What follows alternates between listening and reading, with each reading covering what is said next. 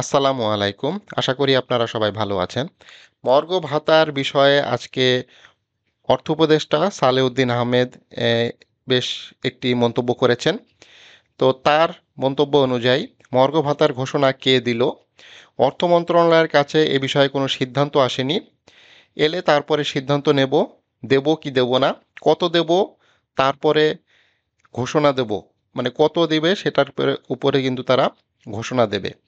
এবং এ সংক্রান্ত কোনো সিদ্ধান্তই নাকি তার কাছে আসে নাই।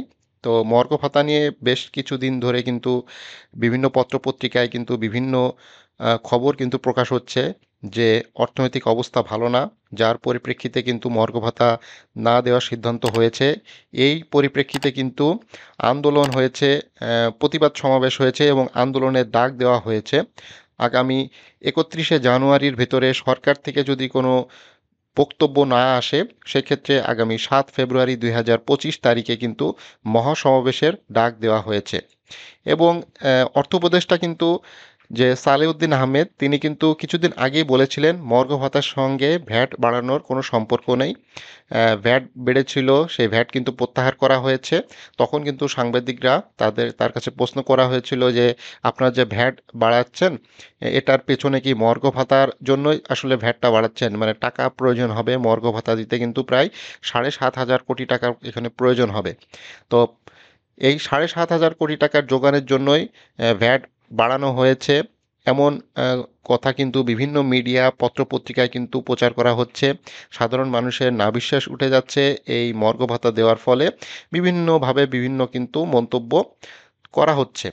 তো সেই ভ্যাটটা কিন্তু প্রত্যাহার করা নেওয়া হয়েছে এবং এখন কিন্তু জিনিসপত্রের দাম কিন্তু আগের তুলনায় একদম স্বাভাবিক আছে। এরপরও এই ভ্যাট প্রত্যাহারের কিছুদিন পরেই কিন্তু অর্থ মন্ত্রণালয়ের বিভিন্ন সূত্র থেকে জানা যায় যে প্রধান উপদেষ্টার দপ্তরে মর্গ ভাতার যে প্রস্তাব সেটা কিন্তু নিয়ে যাওয়া হয়েছিল। প্রধান উপদেষ্টার দপ্তর কিন্তু সেটা সায় দেয়নি। প্রধান উপদেষ্টার দপ্তর কিন্তু সেটা ফেরত পাঠিয়ে দিয়েছে। এখন যে প্রধান উপদেষ্টার দপ্তর যে ফেরত পাঠিয়ে দিল, মানে এটার পিছনের রিজনটা আসলে বোঝা যাচ্ছে যে বিভিন্ন জায়গা থেকে, বিভিন্ন মহল থেকে বিভিন্ন সমালোচনা হচ্ছে এই মর্গ ভাতা দেওয়ার বিষয়ে। সরকারি কর্মকর্তা কর্মচারীদের মর্গ ভাতা দিলে জিনিসপত্রের দাম বেড়ে যাবে এবং সাধারণ মানুষের অনেক কষ্ট হবে, এই সংক্রান্ত বিভিন্ন খবর কিন্তু সব জায়গায় প্রচার করা হচ্ছে।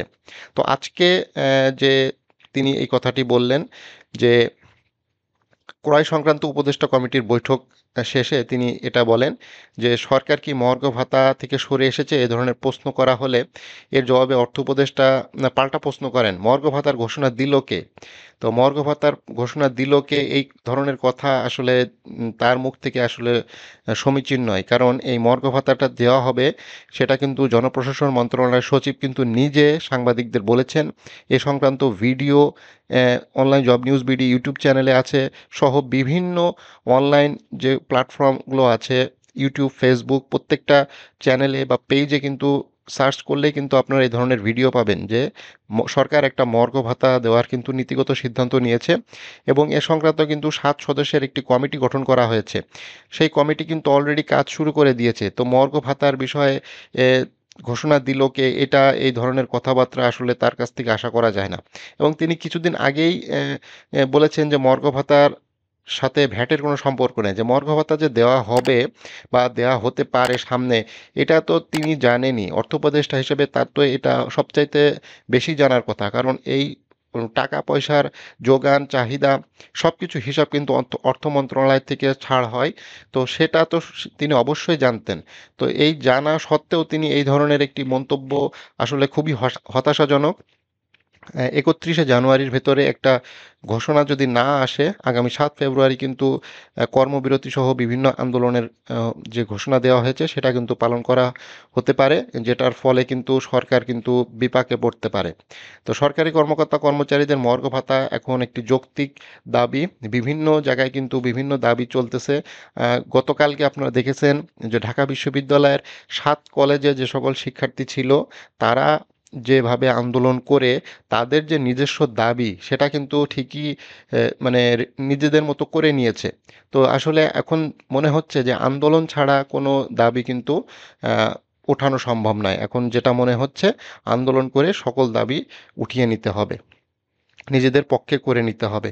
তো এই মর্গ ভাতার বিষয়ে কিন্তু সরকার যথেষ্ট আন্তরিক ছিল প্রথম দিকে, কিন্তু কিছু দালালি মিডিয়া, কিছু দালালি অর্থনীতিবিদ যারা বিভিন্ন কুরুচিপূর্ণ বক্তব্য এবং আম, কিছু খোঁচা মারা টাইপের বক্তব্য দিয়ে এই মর্গ ভাতা দেওয়ার সিদ্ধান্ত যদি বাতিল করার একটা অপচেষ্টা যদি চলে, তাহলে কিন্তু ভবিষ্যতে একটা বড়সড় একটা আন্দোলন হতে পারে এই সরকারি কর্মকর্তা কর্মচারীদের নিয়ে, যেটা সরকারের জন্য খুব একটা ভালো দিক হয়তো হবে না।